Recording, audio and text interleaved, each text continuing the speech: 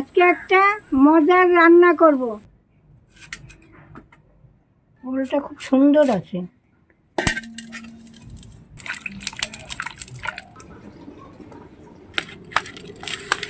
পরিমাণ মতন একটু বেসন দিয়ে দিচ্ছি, অল্প একটু হলুদ দিয়ে দিচ্ছি, পরিমাণ মতন একটু নুন দিয়ে দিচ্ছি, পরিমাণ মতন একটু চিনি দিয়ে দিচ্ছি, বাদাম আর লঙ্কা বাটাটা দিয়ে দিচ্ছি। এখন ভালো করে একটু মেখে নিচ্ছি। থাক, এবার ভালো করে মেখে নিলাম। এবার দেখুন আপনারা আমি কি করি। এবার একটু তেল ঢেলে দিচ্ছি, বড়াগুলো ভেজে নেব।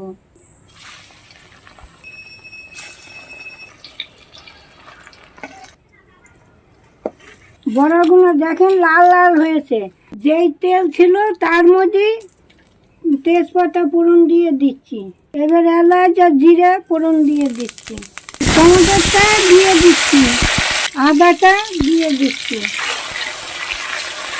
জিরা বাটাটা দিয়ে দিচ্ছি, ধুলো আবার কত পড়ছে, পরিমাণ মতন হলুদ দিয়ে দিচ্ছি,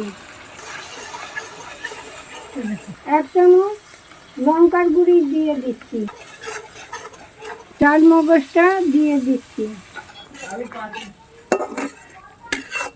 1 চামচ চিনি দিয়ে দিচ্ছি, পরিমাণ মতন নুন দিয়ে দিচ্ছি। এই দেখুন তেল বেরিয়ে গেছে। এইবার আমি জল দিয়ে দিচ্ছি। এইবার বড়াগুলো দিয়ে দিচ্ছি। এইবার গরম মশলাটা দিয়ে দিচ্ছি। এইবার 1 চামচ ঘি দিয়ে দিচ্ছি। এবার হয়ে গেছে, এই ঝোলি নামাবো, তাই টেনে যাবে।